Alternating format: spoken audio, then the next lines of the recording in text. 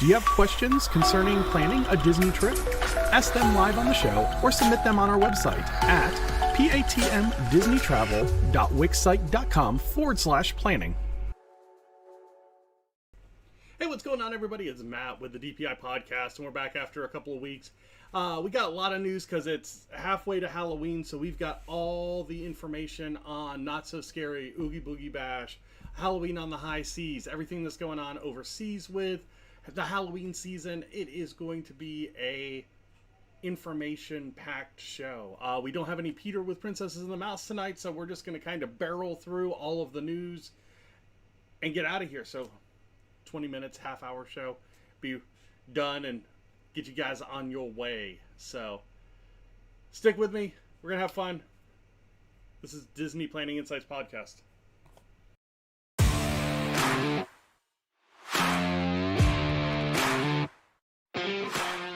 Hi, I'm Matt. Welcome to Disney Planning Insights.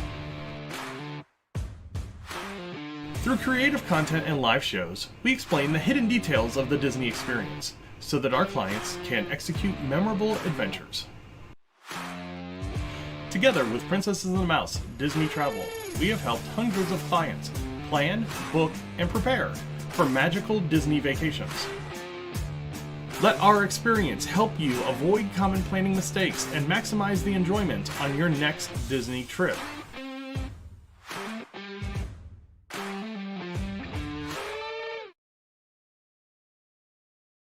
Hey everybody, what's going on? Been a couple of weeks. We've had some life. We've had a sickness. It's been a lot going on here lately. Tonight, no Peter with Princesses and the Mouse Disney Travel, so we're just going to do a strictly news show, which is probably a good idea since there's a ton of news going on right now, and we need to get to all of it. Like I said in the opening, it is Halloween on the High Seas, halfway to Halloween. Not So Scary, Oogie Boogie Bash, everything got released yesterday, so we're going to kind of go over all of that stuff, and then kind of go from there. Hopefully we don't get cut out. We've got some bad weather coming through our area right now. So hopefully we don't lose power and we don't get completely cut out. But we'll kind of roll with the punches as they come tonight. So let's go ahead. Let's jump into the news. We've got some news. We've got some rumors. We got a lot of stuff going on. I probably have a screen that I need to readjust anyway. So let's check out what the solo timer has for me tonight.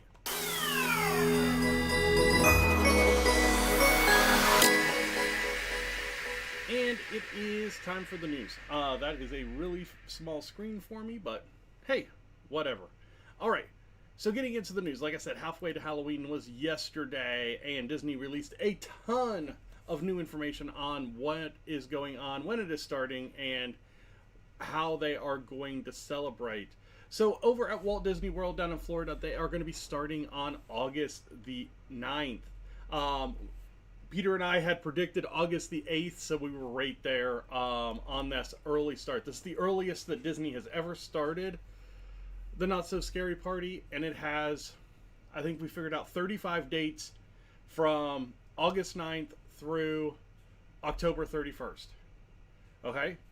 Tickets will go on sale tomorrow if you have a reservation at a participating resort during the party times. So if you are staying at the Contemporary during one of the parties, you can buy a ticket for that party starting tomorrow. General sale starts May the 15th. Here recently, these have been selling out, especially October 31st, the first date. Some of the cheaper dates in August sell out relatively fast, so be sure that you're getting online, getting those tickets. Reach out to Peter and myself if you have any questions, comments, concerns, want us to do it for you. We will be more than happy to help you out and get that done. All right, with Not So Scary this year, there are new costumes. Mickey and Minnie have spider-webbed costumes this year, green and purple, and they are pretty spectacular. I'm excited to see them in person in the parks. So lots of stuff going on there. Moving over to Oh, and the other thing with Walt Disney World, they're moving the parade time up from 9:15 to 8:15. So that does a couple of different things. For people that want to do something between the parade and the fireworks, it actually gives you some time now, because it used to be parade was at 9:15, fireworks were at 10. They had a show at 11, and then the other parade came at midnight, and they just kind of stack on top of each other. Now you've got a little bit of room. They'll probably stick a show in there, but I imagine this is to combat what happened to us last year, which was kind of crazy. We had a float break down in the middle of the parade, right at the end of Main Street, and it took them 25 minutes to get out of the way, which almost made them have to push back the fireworks because they still had the parade on the route. So this gives them an hour to play with between that first parade and the fireworks now, which is really nice. Oogie Boogie Bash coming back to Disneyland, California. It is going to start on August the 25th and go through October 31st. And there are 28 dates, I think, on that. Let me see here. 1, 2, 3, 4, 5.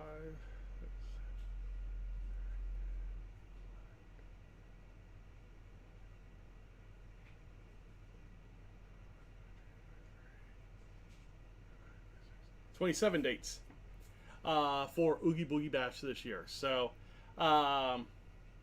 ticket event doesn't say when tickets go on sale, but I would imagine they usually go on sale a little bit later than they do for the World show, for the World event. And these are ticketed after hours events. So if you've never been a part of a ticketed after hour event, basically what this allows you to get is access to the park starting at 4 p.m.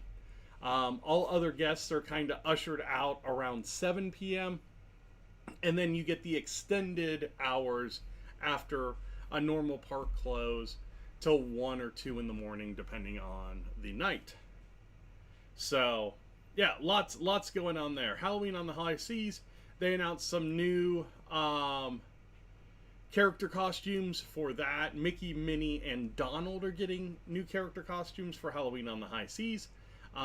We are actually checking out a Halloween on the High Seas tour this year on the Wish, which is going to be pretty cool. So we will be doing some filming on that. Let's get through all of the stuff from the earnings call the other day. Lots from the earnings call, lots from Fantasy Springs released in the last couple of days. So just a ton going on. May 6, so 13. So final vote for Disneyland Forward is tonight. I thought it was next week for some reason. It is tonight. So that could be big news on next week's show, is we might get some of the details on what may be coming to Disneyland Forward if we get a full approval vote. There's that. Boo to you. Halfway to Halloween. Where's the other stuff? Ticket prices. Ticket prices $119 to $199 for the Not So Scary Party. AP and DVC can save $10 a ticket in August and September. No October discounts this year if you are annual pass or DVC. So just a heads up on that. Make sure that everybody is aware, because that's something new this year that they haven't done. Bruno is coming into the cavalcade. More villains and the Descendants dance party going back to Walt Disney World. 5 surprises. I didn't give all the other stuff. Where is the other one?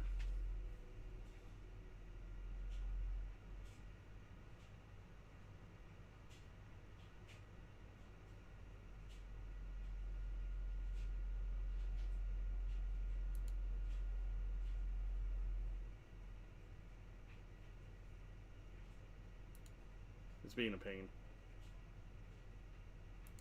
It's being a huge pain today. So, all right. Let's talk a little bit about the earnings call. So the earnings call really focused on kind of the four things that are in the sites for the Disney parks. First is Fantasy Springs. It's opening on June 6th over at Shanghai. Why do I not? Tokyo. Disney's Look Okay at Lighthouse Point opens on June 6th as well. Tiana's Bayou Adventure, Summer 2024 at Walt Disney World, 2024 Disneyland, and then the Disney Treasure, the newest ship on the cruise line, their first voyage is going to be December 21st of 2024. Those were kind of the things that they focused on as far as upcoming. With Tiana's Bayou Adventure, we are deep in rumor mill right now, because there's a lot going on with when is this going to open at Walt Disney World. It seems like it's about ready, so we're getting some of the last like Imagineering rides, it seems, completed. So when you look at the cast member blackout schedule, first 2 weeks of June for cast members are blacked out, which means that that's probably where they are going to put the cast member preview for Bayou Adventure. With that being said, they're probably going to jam the AP and DVC previews in those weeks as well at some point. So probably like in that middle weekend there, they'll put the 3 or 4 day DVC AP preview in there. And then there's a rumor that there is going to be a D23 event for gold members on the ride as well. And I've got that from a couple of different sources. If that is the timeline, expect emails to be showing up in your inbox in the next week or so as far as being able to register for a spot for one of these previews. Our thought right now on an actual opening date for Bayou Adventure, I'm going with June the 17th. Is going to be the actual opening date for Tiana's Bayou Adventure. That is our speculation on the opening date right now. But with the way that everything is lining up, it makes a whole hell of a lot of sense. So we're going to kind of go with that and see what happens there. Going back to the earnings call. So earnings call, Parks Division did extremely well. Disney World and Disney Cruise Lines were up over last year. Disneyland Resort was down compared to last year, which is kind of surprising.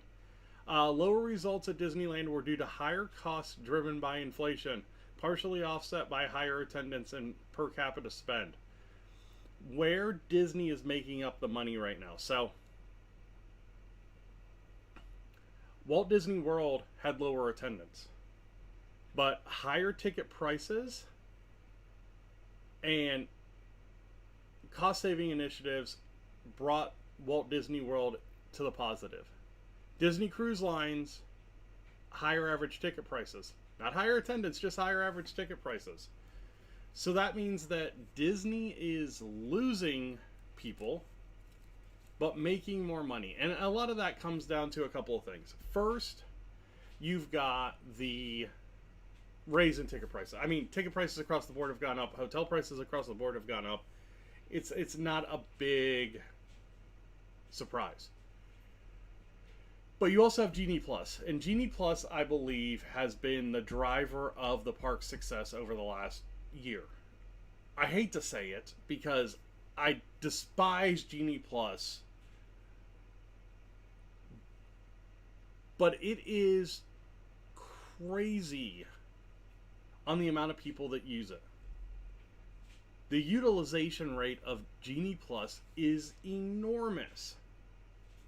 And that's where you're getting, you know, let's just put it this way. If it's a 50% utilization rate and there's 40,000 people in the parks, that means 20,000 people are spending that $25 a person for Genie Plus. $500,000 a day for that product alone.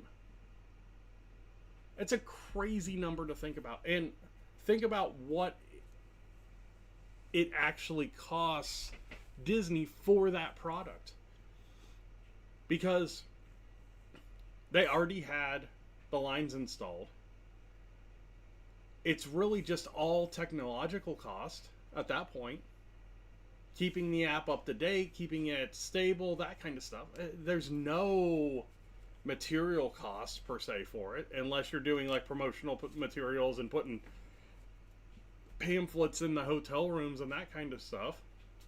So it is a very high profit item for the parks that is at a super high utilization rate. So international parks, they did all right, I guess. Up a hair. They weren't super great operating income wise. And that's the thing. Inflation is mitigating profit a little bit for Disney. But the parks department is by far the driver of the company right now, because the movie sector is killing them. Absolutely killing them. So if you want to see Disney succeed, you got to be a fan of the parks and what they're doing. And kind of, I don't necessarily say you have to be on board with it, because there's a lot of us that are like, what the hell's going on? But you have to understand that what they are doing is keeping all the other sectors of the company afloat. So lots coming on the park side. Like I said, Fantasy Springs, we're getting a lot of stuff coming out from the Imagineering side. We're going to start seeing media previews real quick on that.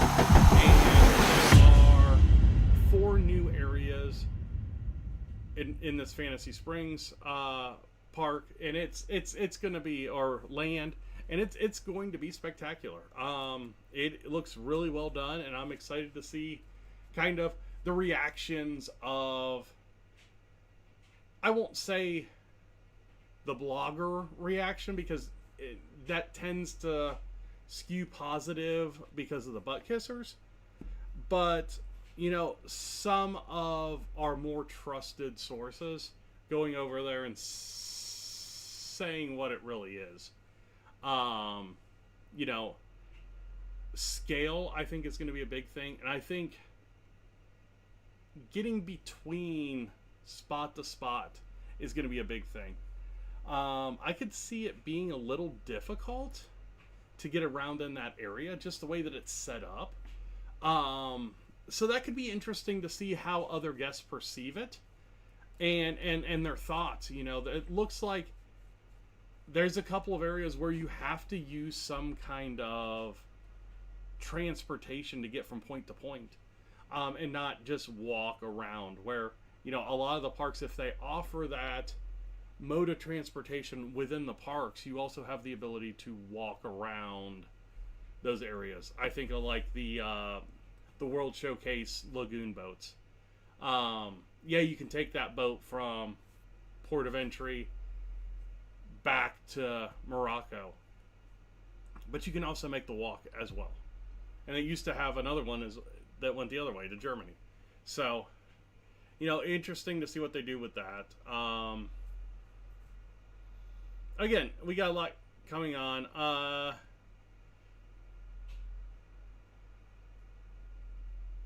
Critter Country Disneyland Park temporarily closed. right now, as they get ready for Bayou Adventure, they are retheming a few of the gift shops, getting ready for Tiana's Bayou Adventure. That should happen through about the time TBA opens.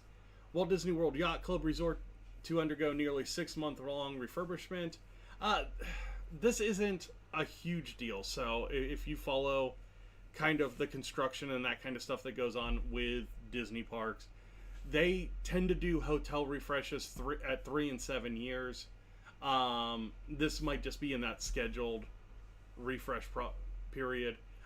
We hit one of the refreshes at Art of Animation a few years ago, and yeah, it was kind of a pain, but it's not a big deal. You understand it's happening.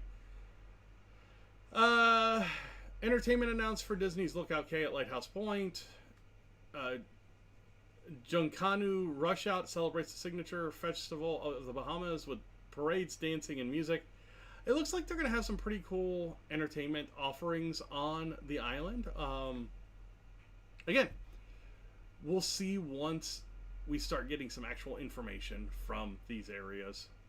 It's all great on paper until you kind of get in there and you see, Anna and Elsa's projected face, and you're like, they kind of missed on that one. Big news out of Walt Disney World is Big Thunder Mountain is going to be down for about a year. I think this is a huge cue to what could be the first Blue Sky project that happens at Walt Disney World, and it will not be at Magic Kingdom. It will be the Animal Kingdom project, which sucks because I feel like what they're putting in Animal Kingdom should be what they put over in Magic Kingdom, but it is going to be what it is.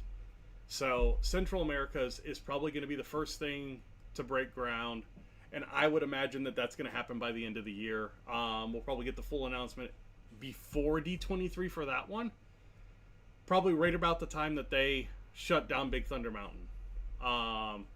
So timeline's probably going to be Tiana Bayou Adventure opens mid to late June. Like I said, we're looking at like the 17th, I think, is going to be soft open. They'll let that be open for a couple of months. So let's say July, August. D23's first week of August. Okay, D23, they announce, we've got the permits, we're doing everything at Animal Kingdom, and here's what the new Big Thunder Mountain's going to look like. They're not going to change it a ton. It's going to be a retrack. They're going to put in some new theming elements. They're probably going to put in the Dynamite scene that's at Disneyland.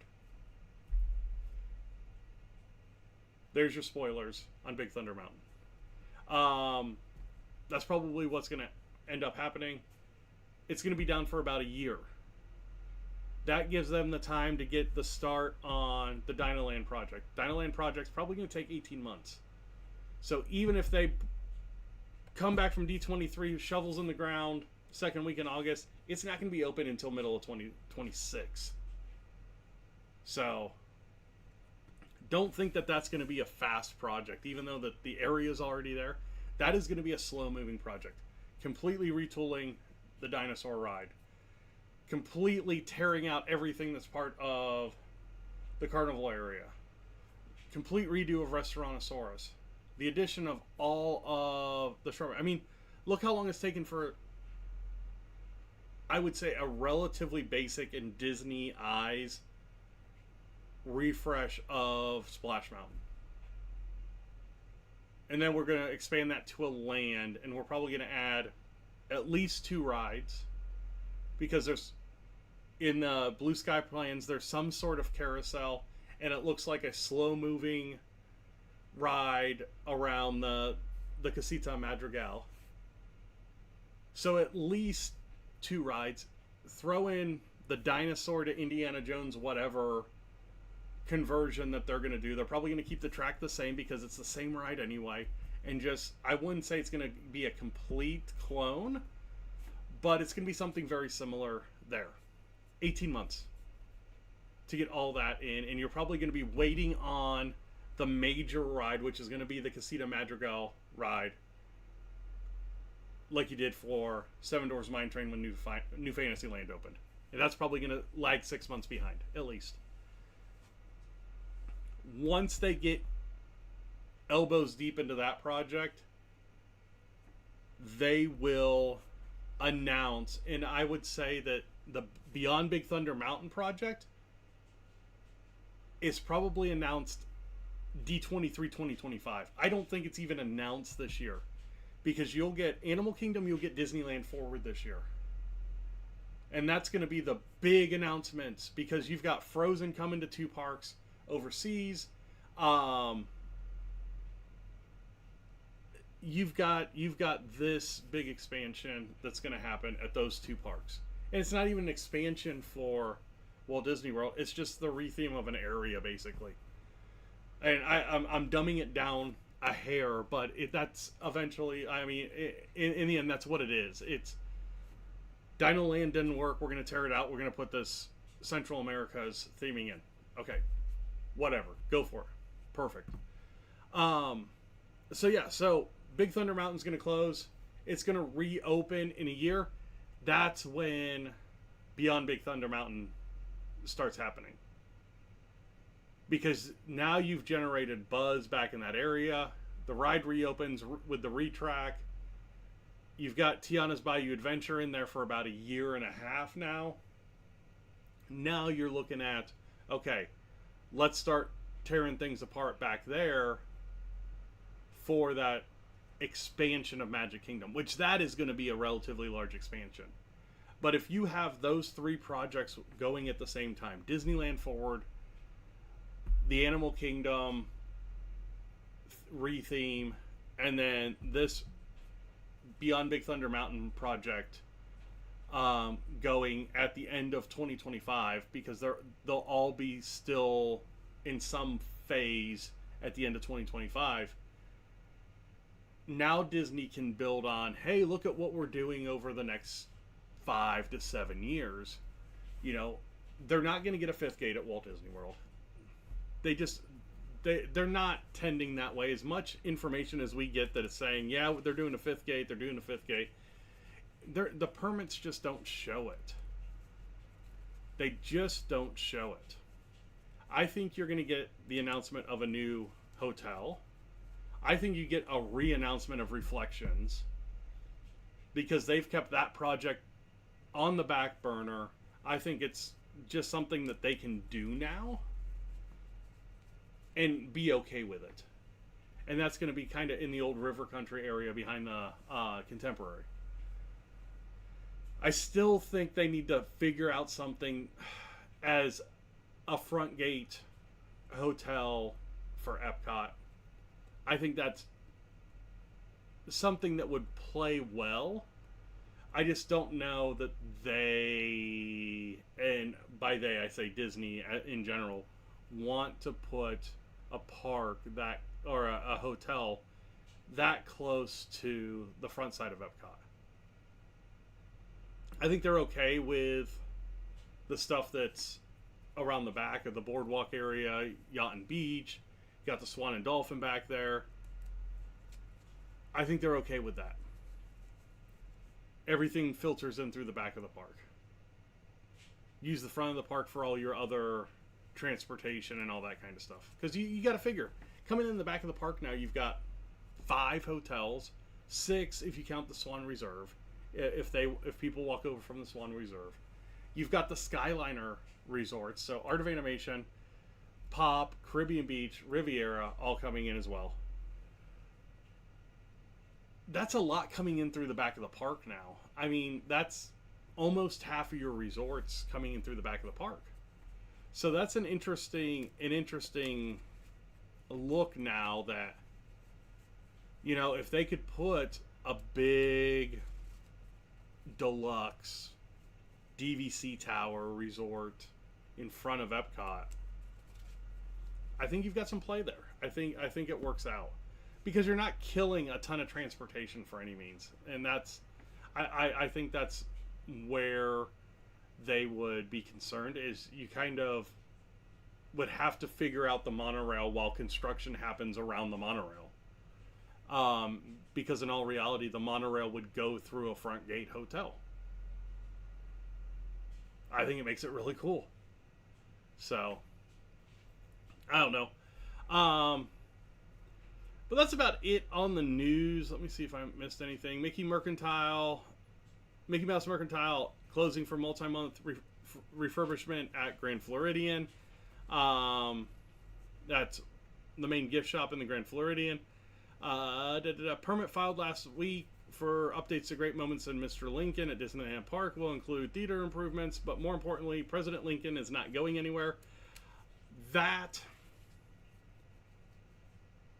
was one of the things. So we went to Land in March. That was one of the things that really stood out to me, was that show, that presentation. That is really well done. And you don't have to be a fan of the Hall of Presidents to enjoy what they did with Great Moments with Mr. Lincoln. I mean, there is a lot there. And it was funny. I was talking to a coworker last week about our trip, because he's a big Disneyland guy, and he was like, "What did you think? I've been to Disney World now 15-ish times. Disneyland first time out there." And I said, it's really, really different. It's very, very nostalgic for a Disney fan.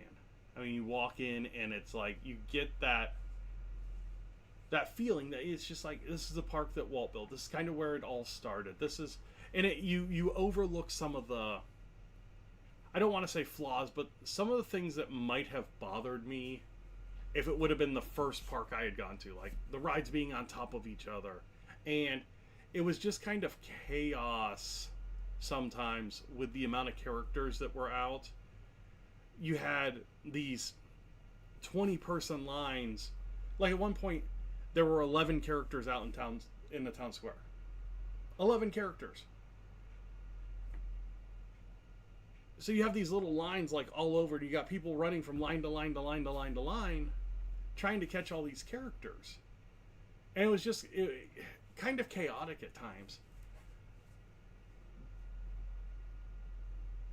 But then you think about, it's a very different park. You've got the Matterhorn, but you don't really have, I want to say super thrilling attractions, but you do. I mean, you still have the Matterhorn. You still have rides. You still have, Smuggler's Run. You still have Big Thunder Mountain. You still have that kind of stuff. The Pirates is awesome out there. I mean, just really, really cool, old, nostalgic. Nostalgic just keeps coming back into the way that I think about Disneyland compared to Disney World. So yeah, no, it's really, really cool. Really, really cool. That looks like it's going to be about the news. Let me see if there's anything else new that has popped up since we've been out here.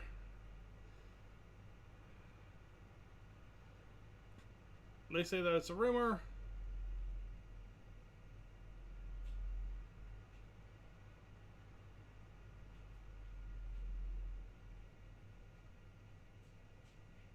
More Fantasy Springs looks.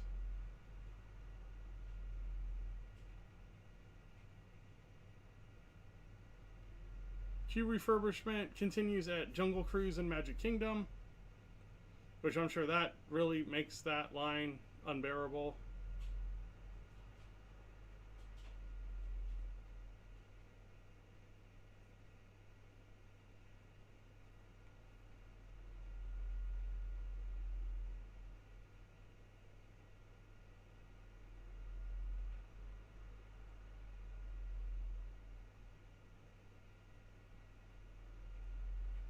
If you haven't heard already, it's been out there for like, what? The eclipse out here was about a month ago. So the day that the eclipse happened, everybody was talking about 2045 eclipse at Walt Disney World. So just be prepared. New Haunted Mansion parlor details announced for the Treasure cruise ship. It's going to be a really cool parlor. It's going to be a good bar. It's almost going to be worth it just for that to go on that ship. I think the theming in some of the adult spaces is going to be absolutely unbelievable. Smellfins on Parade officially debuts at Magic Kingdom. Adds sticker prize and attraction poster. This is that collaboration with Scentsy we talked about months ago. Finally open. They've got elephants through the Casey Jr. area that squirt smell into the air.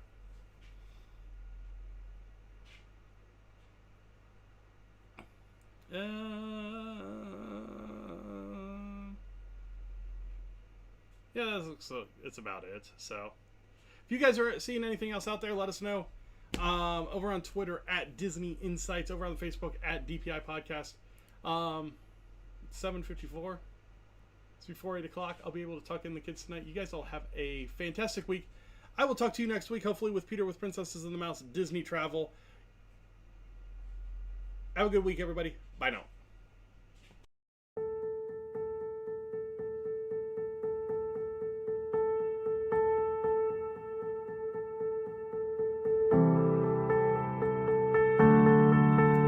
No guests, just me tonight. Lots of news.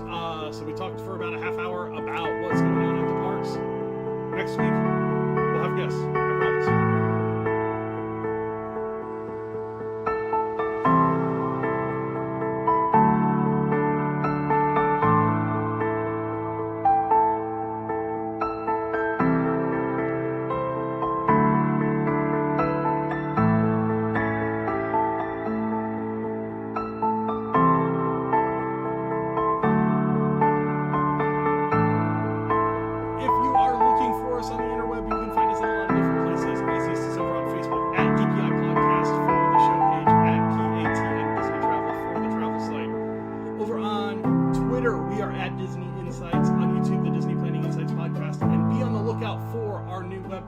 Disney Planning Insights Travel, coming here in the next month or so.